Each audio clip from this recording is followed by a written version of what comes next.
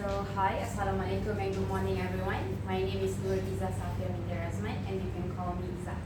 So, for today, I am going to discuss about a topic that is very close to our hearts, the good and bad of social media.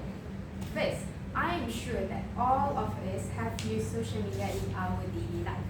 So, I would like to ask, what applications do you use and what is the purpose of that application that you use in your daily life? Yes, Swat. I use WhatsApp to message my friends, to contact my family members. Other than that, I use Instagram to just know what's trending around the world. Yes, I do agree with you, Swat, because personally, for me, I use social media as a medium of communication. It helps me to stay connected with people that live far away from me. Also, it helps me to overcome problems that occurs when it comes to long-distance relationship. For instance, since currently I am staying in Penang and since I am currently staying in Ipoh and both of my parents is currently staying in Penang, we would use applications such as WhatsApp and Telegram to communicate with each other. This is very helpful as it helps us to keep each other's updated and knows about each other's well-being. Moreover, since WhatsApp features is not only limited towards messages, but it also allows us to call and do video call. This helps us to see with our own eyes about the current situation and how the other parties is doing currently. And this does not only help my part, but also my parents, because this could help to reduce concern, because they could view and call me in real-time chat setting. Apart from that, I believe that social media could be a medium that helps us to gain knowledge. This is because there is a lot of access towards educational videos through social media such as YouTube or TikTok. And this is very helpful as it provides resources towards visual and auditory learning. Because personally, for me, it is easier to understand the content if I could see and hear it simultaneously. Even better is that through social media, all these videos could be replayed more than once. We need to understand that everyone have different pace of learning. Someone might be able to grasp the concept of the subject after listening to one lecture. However, most of us would need at least 3 times repetition in order for us to fully understand the whole concept. Because social media provides different content for us every day, it would eventually help to enhance our spectrum of knowledge in a fun and interesting manner. Because there would be audios, there would be visual, that would keep us engaged with the content and help us to stay focused more on social media. And I believe that this could be the biggest advantage of social media since it is easily accessible, it is free, and it is fast. Since we are the generation, the Gen Z of the current generation, we are a little bit impatient and we want to be served with content that is very fast to keep us updated. And social media actually serves that purpose along with the evolution of time. Apart from that, I believe that social media is actually a source of entertainment because for me, I use social media to distress myself from the problems that I'm currently having. And we need to understand that social media is actually centered towards the young people. And why do young people love social media so much is because they want to escape from reality due to the overwhelming pressure that they felt in life. And they would go to social media to seek comfort and motivation in order to get back on track in life. And what makes social media different from the entertainment that we could get in our surrounding is that social media is actually an application that collects data of the users.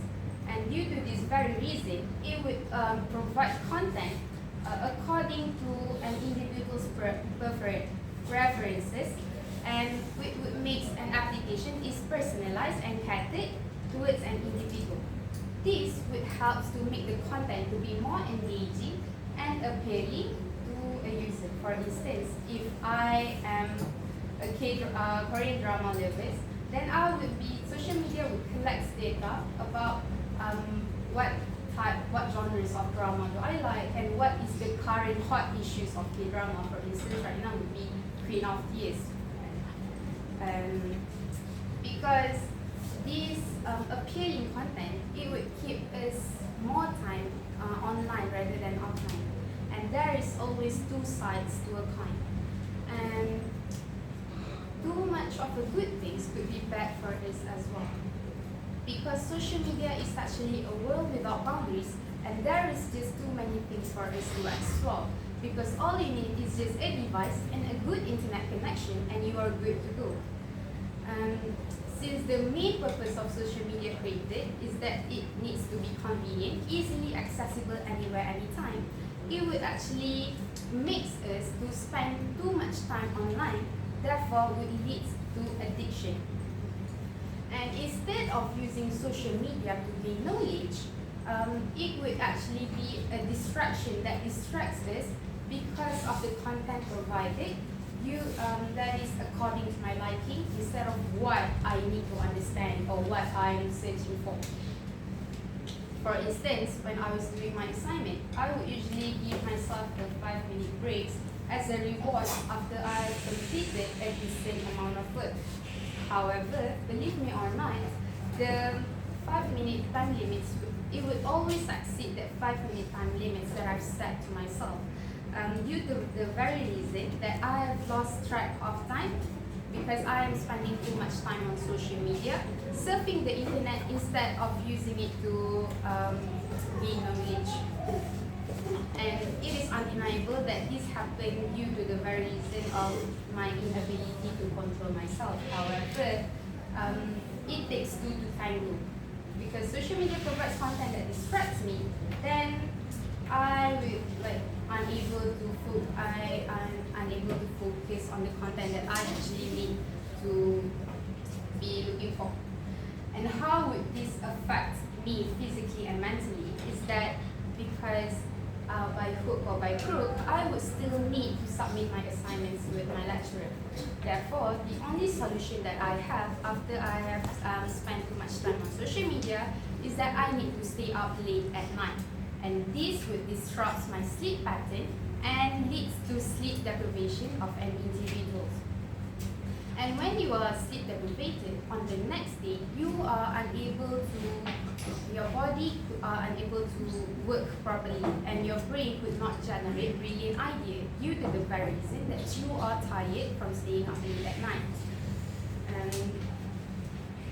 This would eventually increase the symptoms of depression and anxiety because you are unable to focus in class, and it would affect your academic performance because in your usual daily basis, you would be able to give 100% attention towards the lecture. However, if you are tired, then obviously you could not comprehend the information that was given by your lecturers, and therefore would reduce your productivity and increase your stress level.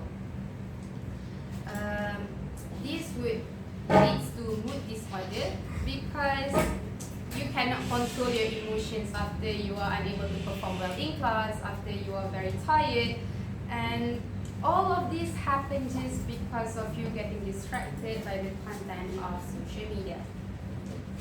Apart from that, I personally believe that social media actually promotes a distorted reality, in which a lot of people are trying to convey knowledge in an unrealistic way because they would use filters or use artificial intelligence to enhance their features or according to the standard that they think is suitable and would be appealing towards the public.